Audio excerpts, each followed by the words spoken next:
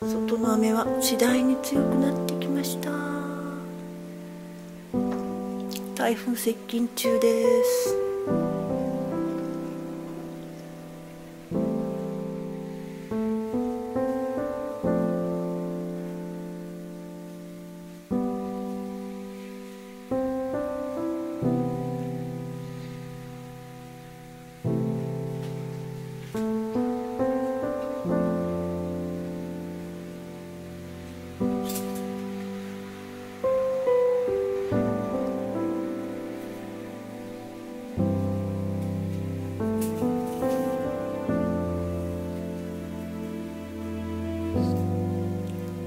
夢の中で走ってるのでしょうか、ミッチーさん。そしてその隣ではタロちゃんが今日はソファーで寝ています。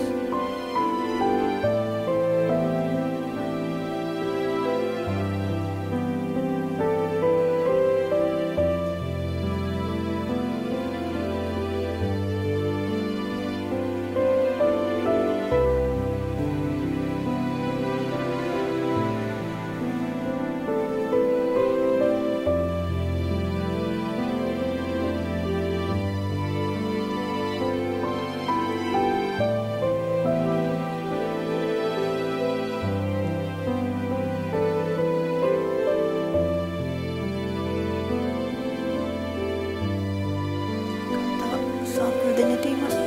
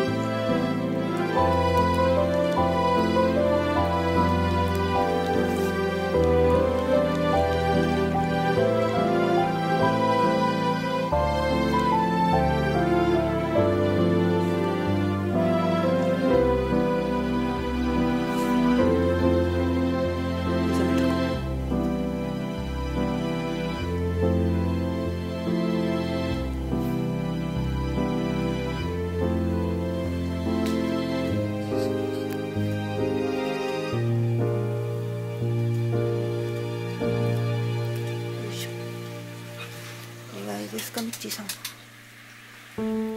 いしょ。危ない危ない危ない危ない危ない危ない危ない危ない。よろよろ、ああ、よろよろよろ、おっとっとっとっと。よいしょ。大丈夫か。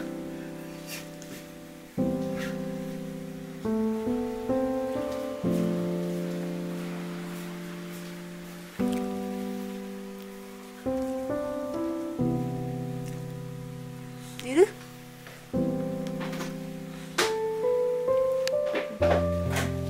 よいしょよいしょ、はい。